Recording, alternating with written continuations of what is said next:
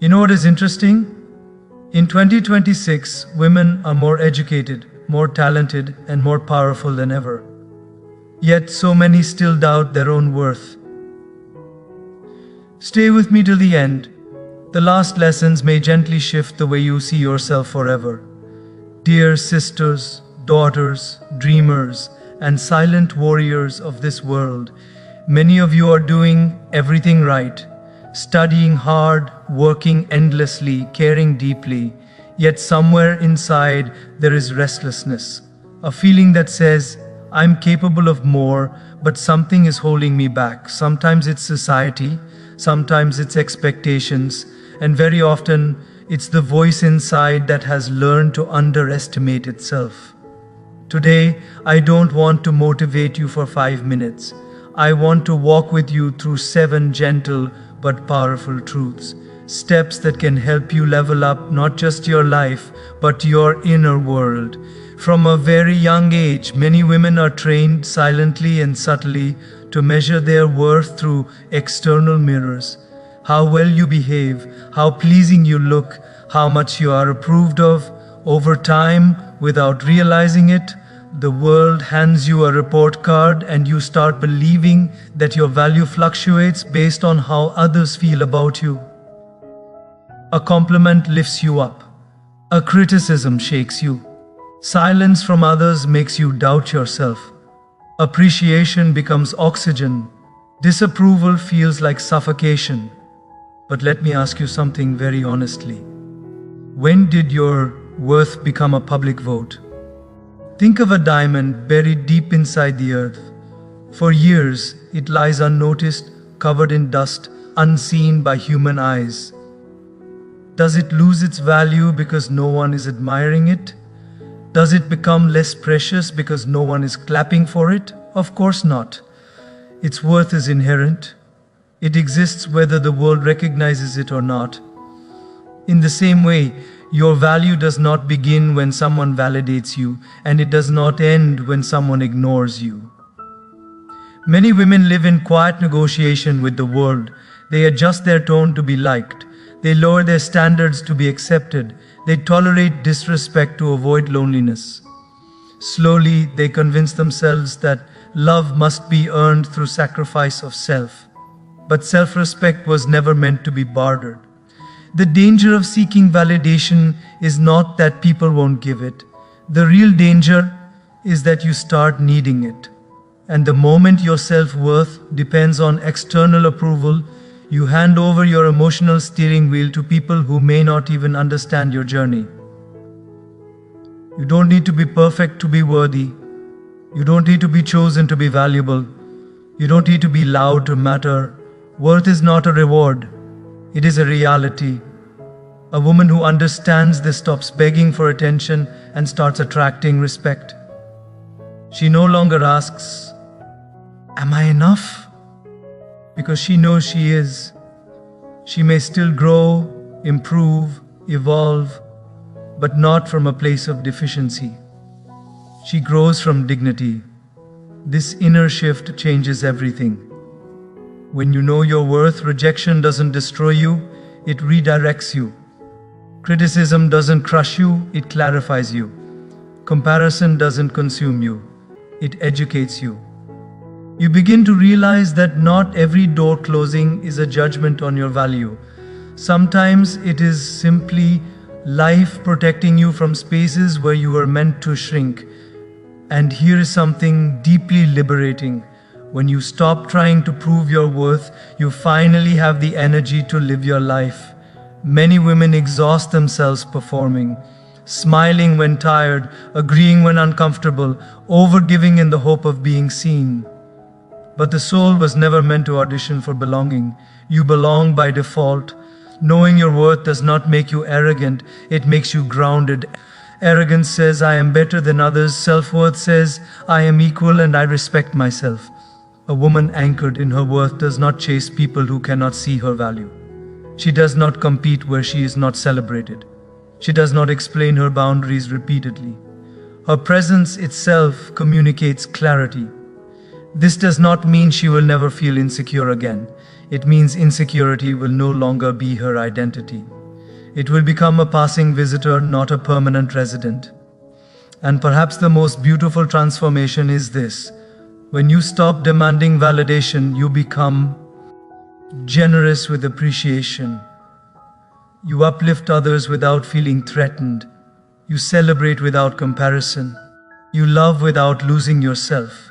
Because when you know your worth, love becomes a choice, not a transaction.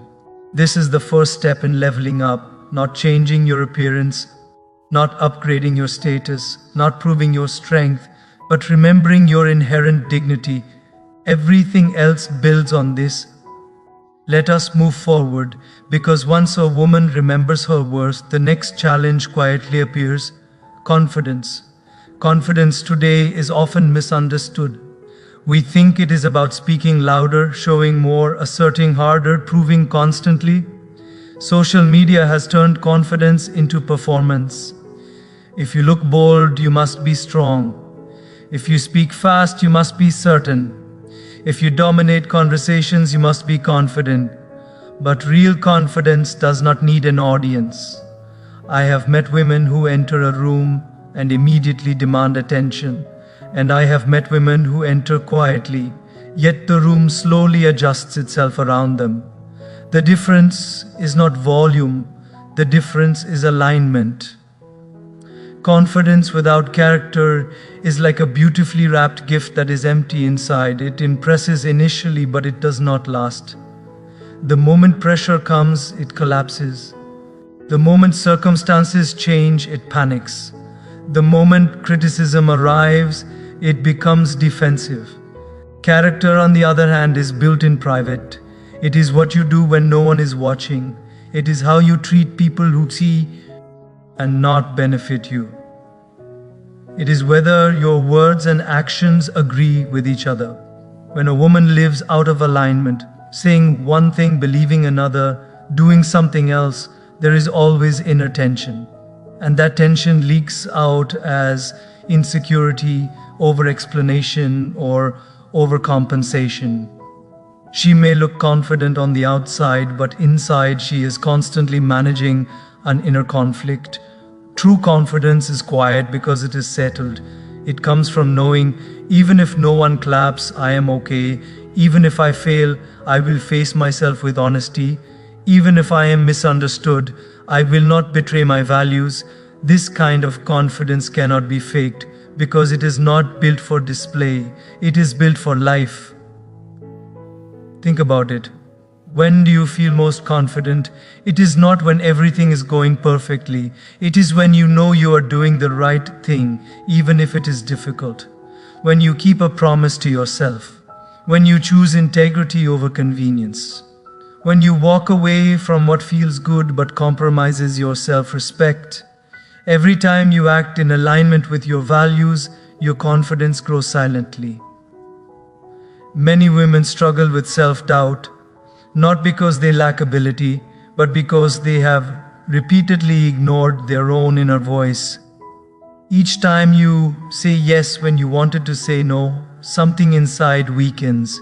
Each time you tolerate what you shouldn't, self-trust erodes. And confidence is nothing but trust in yourself. So the journey back to confidence is not about adding something new. It is about restoring self-trust. Start small. Keep small promises to yourself. Speak honestly, kindly, but clearly.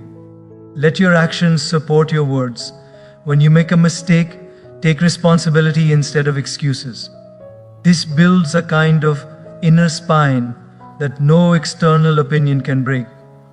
A woman with character-based confidence does not need to compete with others.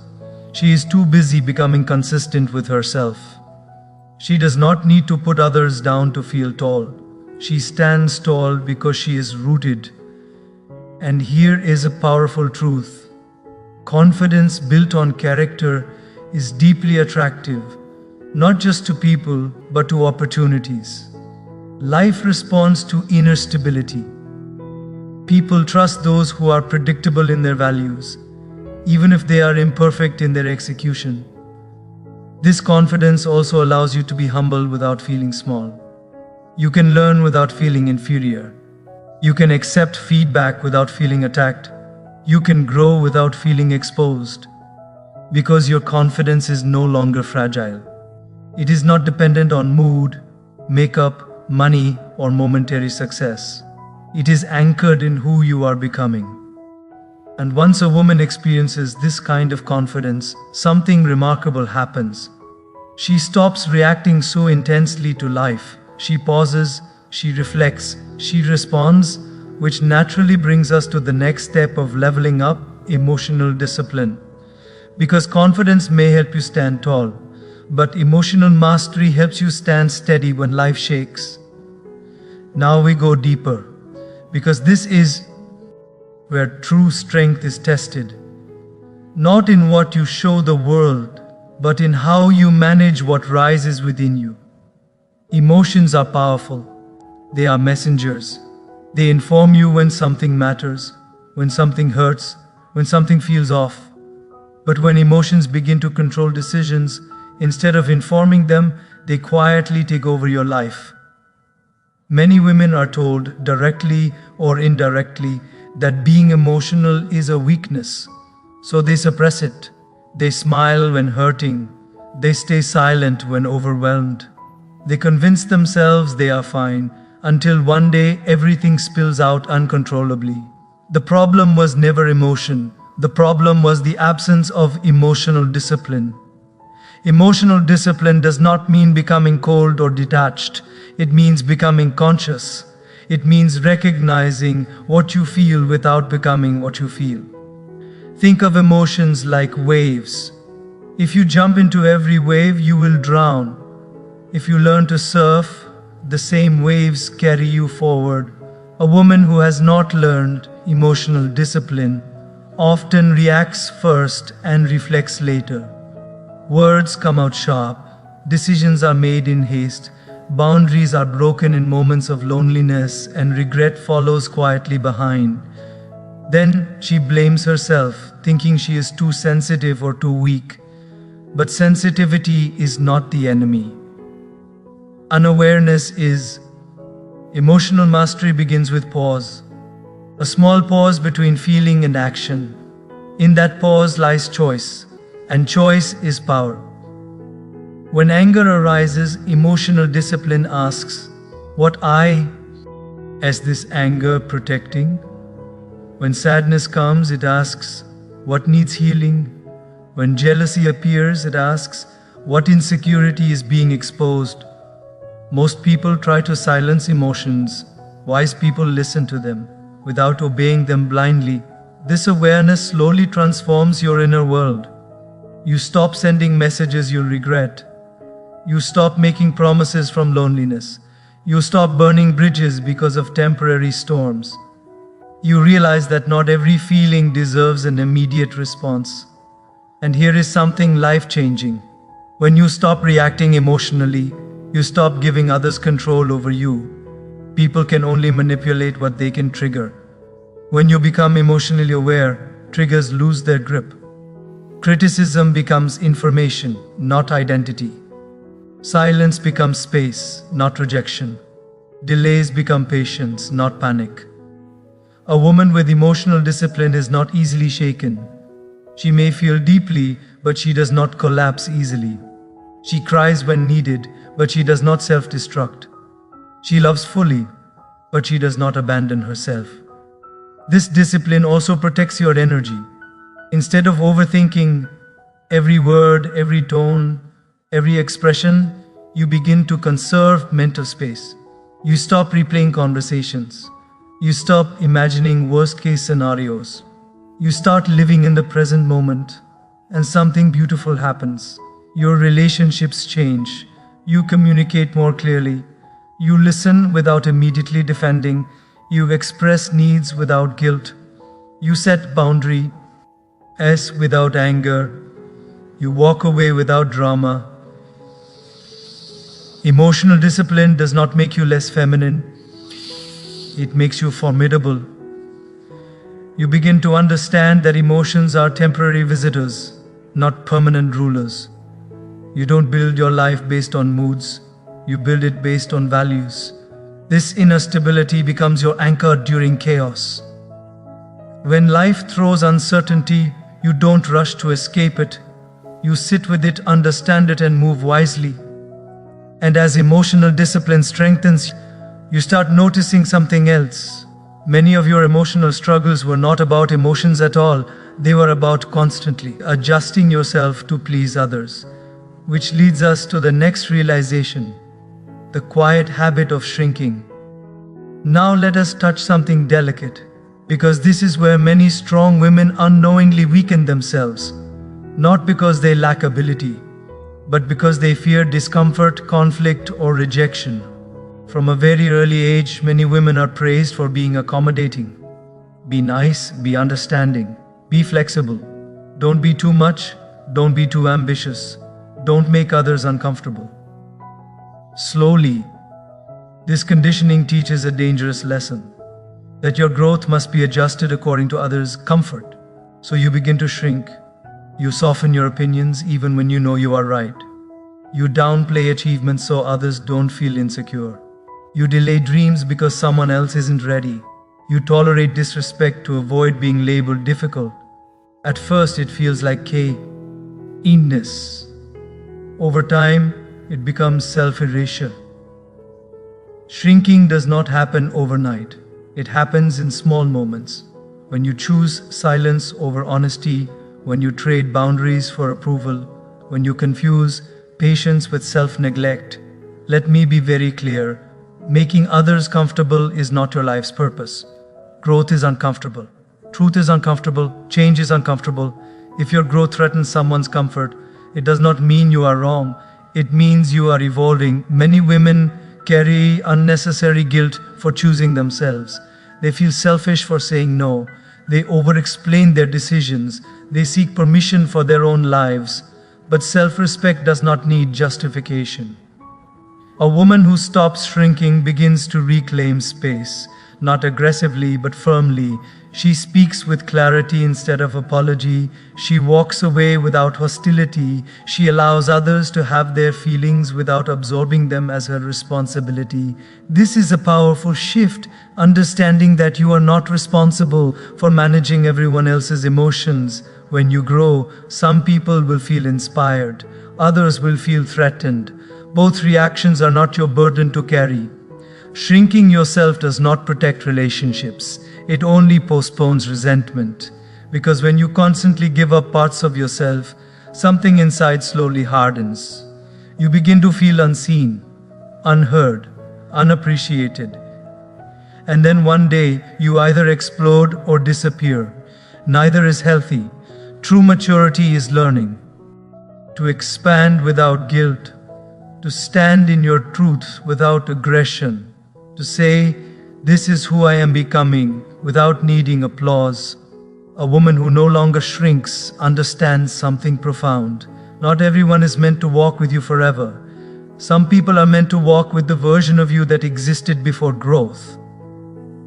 And when you evolve, paths naturally diverge. This is not betrayal. It is alignment. When you stop shrinking, you stop abandoning yourself. You stop asking, "Will they still like me?" and start asking, "Will I still respect myself?" And here is the surprising result. The right people stay, the wrong ones leave, and life becomes lighter. You also realize that confidence and kindness are not opposites. You can be compassionate without compromising. You can be gentle without being invisible. You can be loving without being self-sacrificial. Reclaiming space is not about domination. It is about dignity. Once a woman stops shrinking, she naturally begins to ask a deeper question. If I stop depending on others for validation and comfort, can I stand on my own? This question leads us to the next step, independence not as rebellion but as responsibility. Now we arrive at a place that is often misunderstood, especially for women.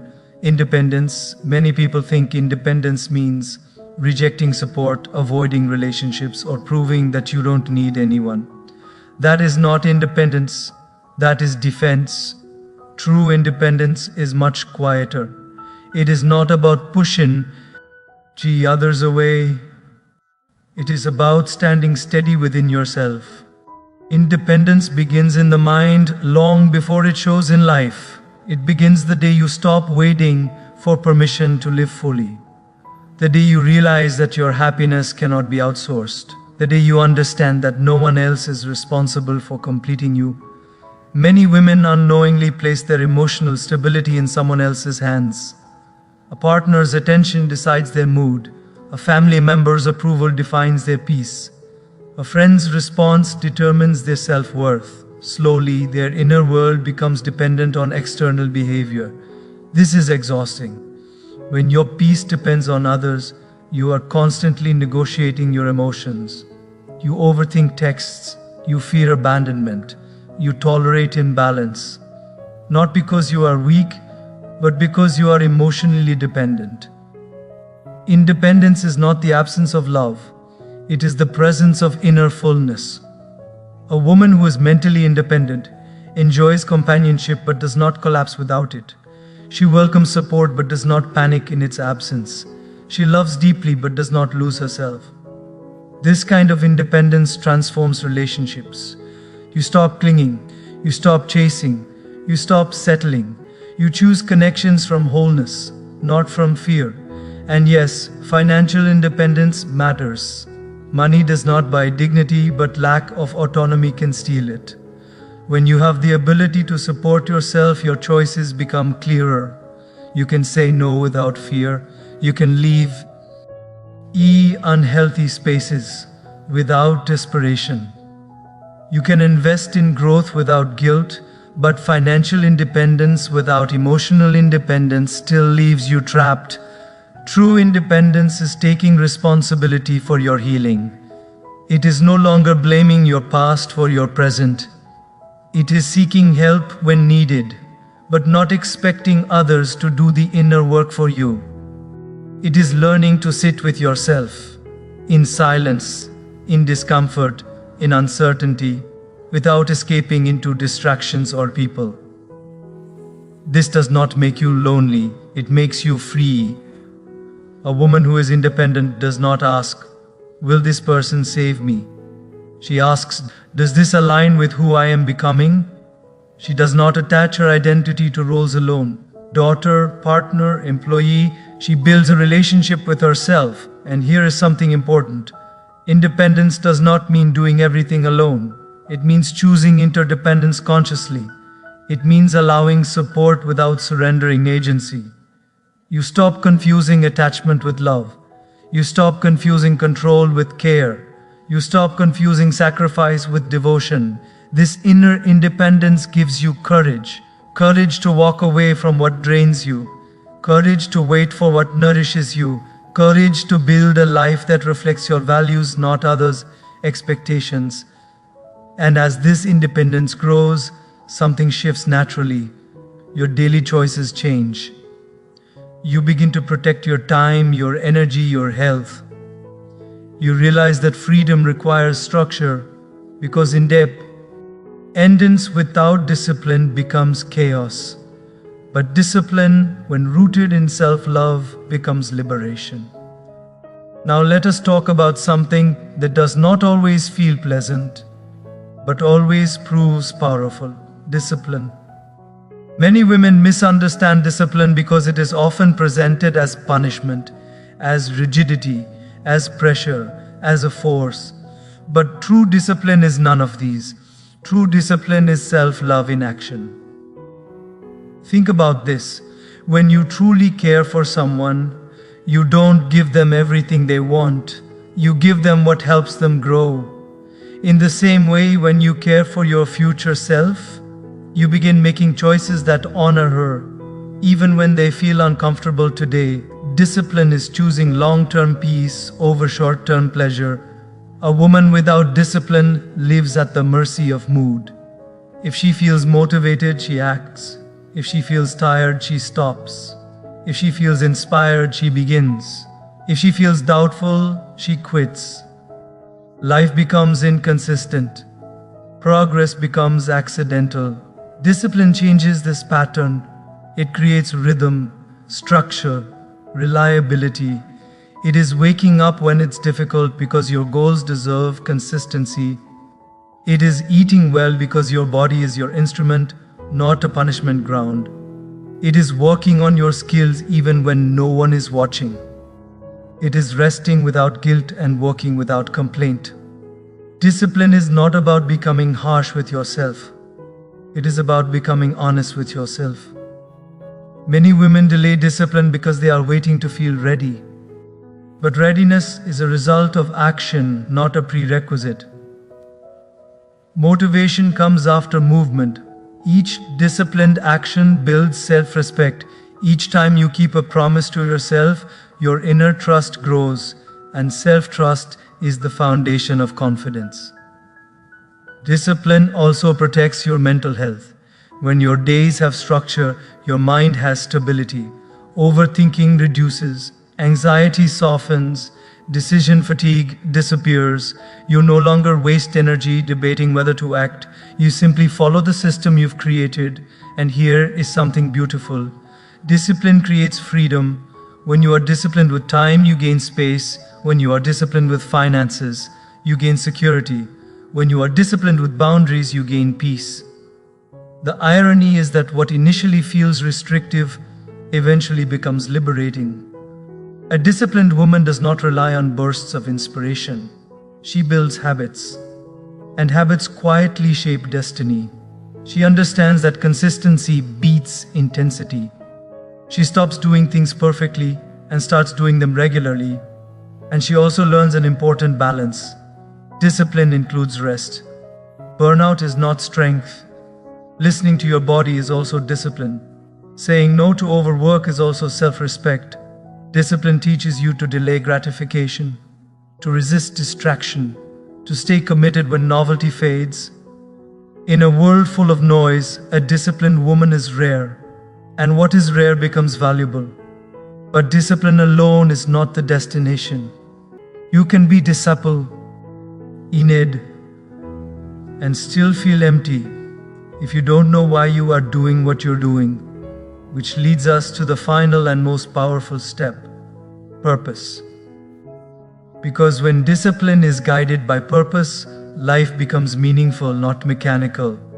Now we come to the final truth, the one that gives meaning to everything you have heard so far.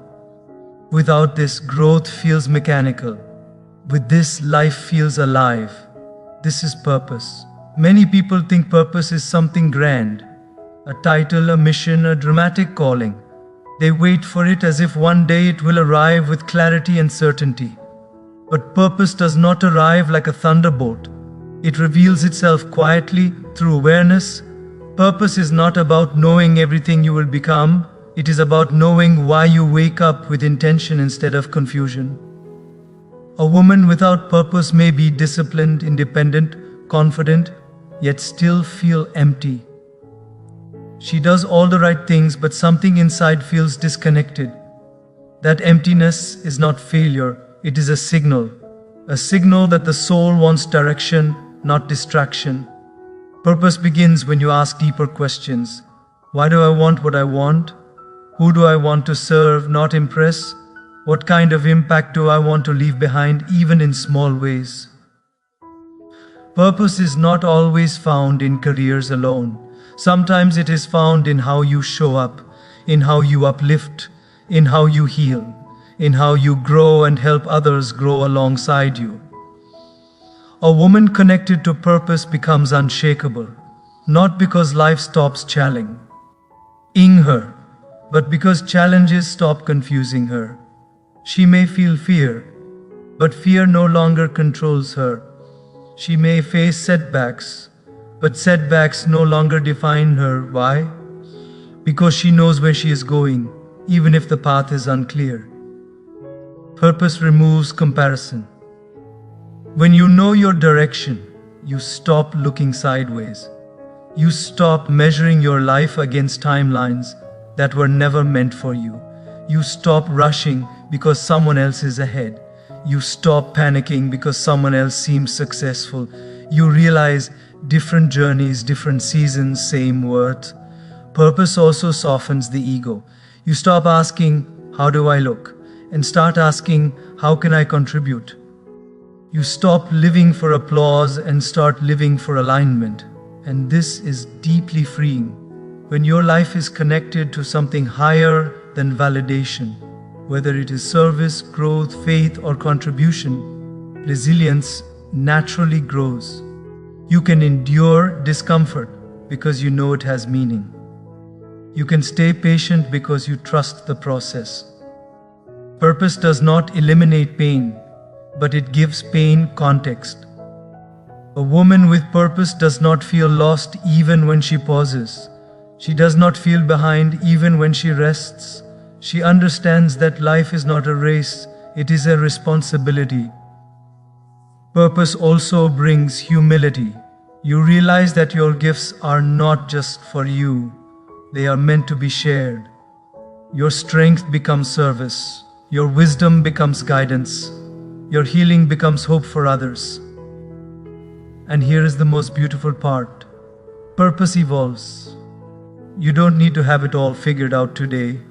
You only need to take the next conscious step. Purpose grows as you grow. Sometimes, purpose is simply becoming a healthier version of yourself so you don't pass on pain. Sometimes it is breaking patterns. Sometimes it is choosing awareness in a world that lives unconsciously. And when purpose guides your discipline, your independence, your emotional strength, and your confidence, life feels integrated. Not perfect, but meaningful. You stop living on autopilot. You start living intentionally. So as you step into 2026, remember this. Leveling up is not about becoming someone extraordinary overnight.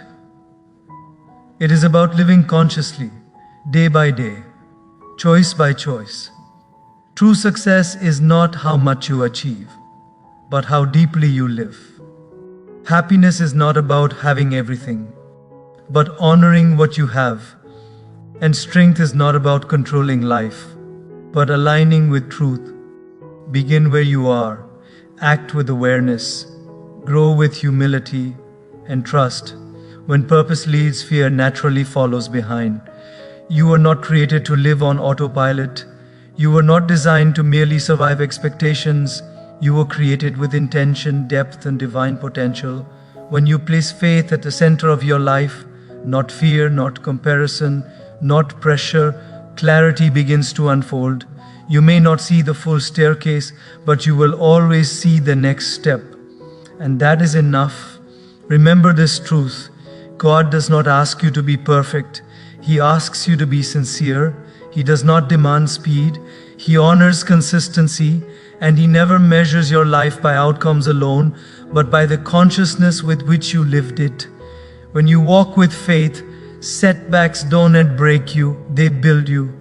Delays don't discourage you, they prepare you. And silence doesn't confuse you, it teaches you trust.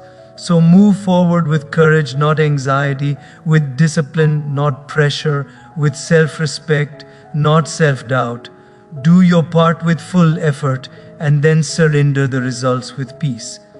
Because when you align your actions with truth and place your trust in the divine, life begins to work with you, not against you. And remember, true success is not rising above others. It is rising above fear, ego, and unconscious living. Walk gently, act boldly, trust deeply. The rest will follow.